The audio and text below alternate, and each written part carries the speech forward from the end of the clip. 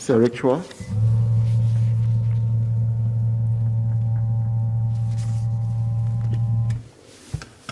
Mr. Chairman, every youth has potential to do well in life, potential to be the best version of him or herself.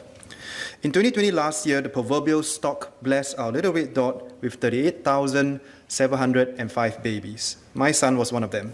In time to come, they'll begin lives, someone swim, someone run, and give it their best shot in the swims upstream.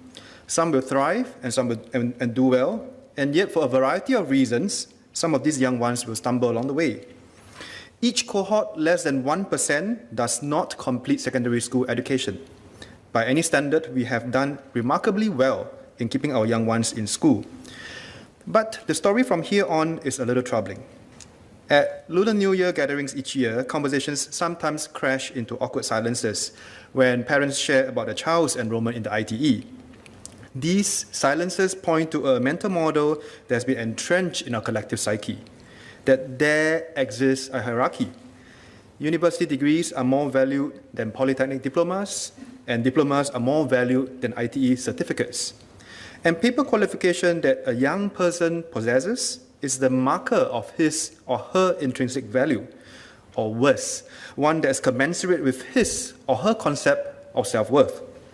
How tragic would that be if it were true? I've been mentoring IT students for the past 7 years or so I have the privilege of interacting with many of them. Deep down in my heart, and I'm sure in many of members' hearts too in this chamber, we all know there is still some truth to this. It is still how many of us frame how we think about education and success.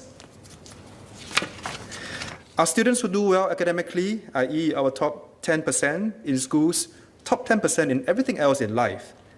I cannot speak for others, but I do know if I ever were to be assessed for handyman work, I would likely rank amongst the bottom 10%. My better half can attest to that. And how about an index for street smarts? I hardly think I would go very far in that aspect as well. So why are we as a society so fixated on good grades, degrees, and white-collar jobs? It is high time that we recognize that every youth has potential, and potential should not be defined narrowly in terms of academic achievements. And perhaps we should stop labeling youth who are not as academically inclined as the bottom 10% or the laggards. They too have talents, they too have potential that they can show to the world. They are not the bottom 10%. Wayne Liu, or DJ Cold Flow as he is better known, is one stellar example.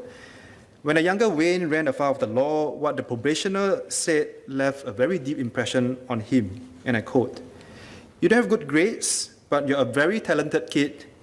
You need to find your focus." Today, Wayne is one of our music scene's most established turntablists, well sought after in the region. But I must qualify that I'm not making a case that one needs to be big in order to be successful. I recently spoke to Eugene, a teaching assistant and technical officer in a local institution. Eugene always had an interest in music. Armed with an ITE certificate and his burning passion, he decided to become an audio engineer right after national service. It is a path less traveled, and understandably, family support was lukewarm. But Eugene was lucky. He had met several mentors who took him under their wings and generously guided him along the way.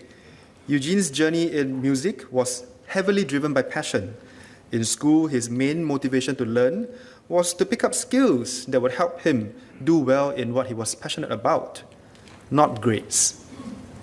Eugene's journey, as well as many others who had taken paths less traveled, is instructive. How can we as a society change our mindsets about how success is defined and how one gets there? How can we as a society dump our deep-seated biases and start looking at our youth with a pair of untainted lenses? While it's true that IT students might not have done well academically, it does not follow that they are less worthy members of our society. They too have talent and potential. How can we better structure a system that will nurture, mentor, and help them uncover and pursue their passions, even in non-mainstream fields?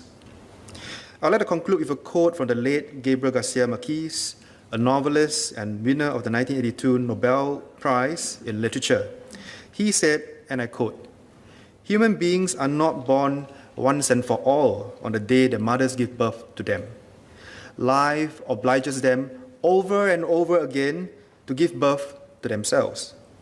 Mr. Chairman, we must enable and empower all our youth, including those who are less academically inclined, to be able to reinvent and be the best versions of themselves.